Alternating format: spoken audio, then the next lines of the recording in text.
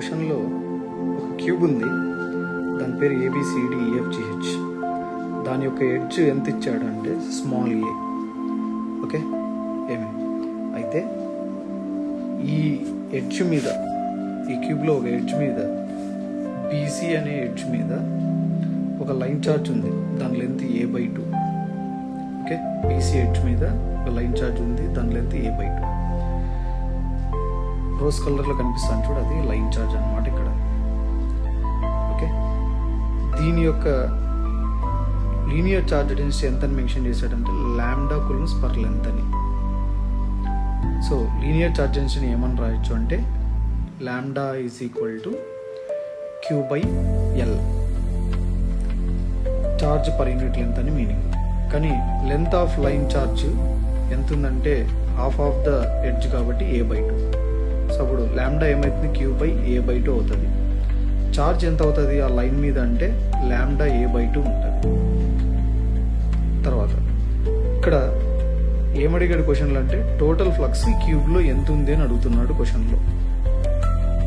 ఈ క్యూబ్లో మొత్తాన్ని కనుక్కోవాలని అంటే గాస్ లా ప్రకారము టోటల్ ఫ్లక్స్ త్రూ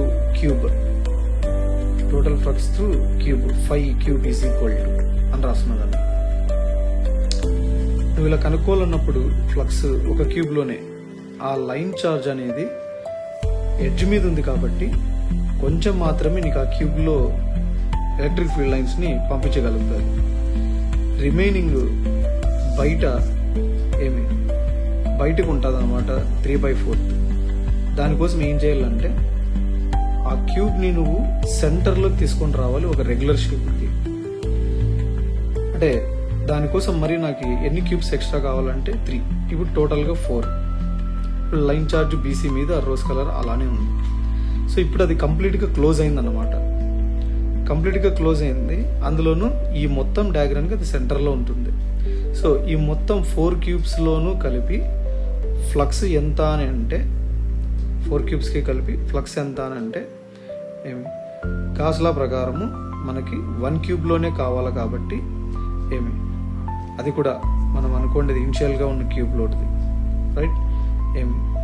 గాస్ లా ప్రకారం ఫ్లక్స్ ఎంత కావాలంటే Q/4ε0. ఎందుకంటే ఆ లైన్ చార్జ్ని 4 క్యూబ్స్ నీకు సెంటర్లోకి తీసుకొచ్చాయి కాబట్టి ప్రతి ఒక్క క్యూబ్లోనూ Q/4 చార్జ్ అనేది ఉంటుంది.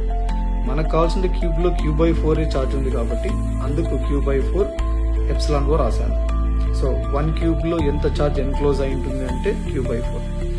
కానీ క్యూబ్ బదులు లాంబ్డా A/2 ఇక్కడ సబ్స్టిట్యూట్ చేస్తే ఏమవుతుంది, lambda A/2 × 4ε0. So lambda A/2 4 8ε0 ఉంటుంది 1 క్యూబ్లో ఫ్లక్స్. సో ఇది ఆన్సర్.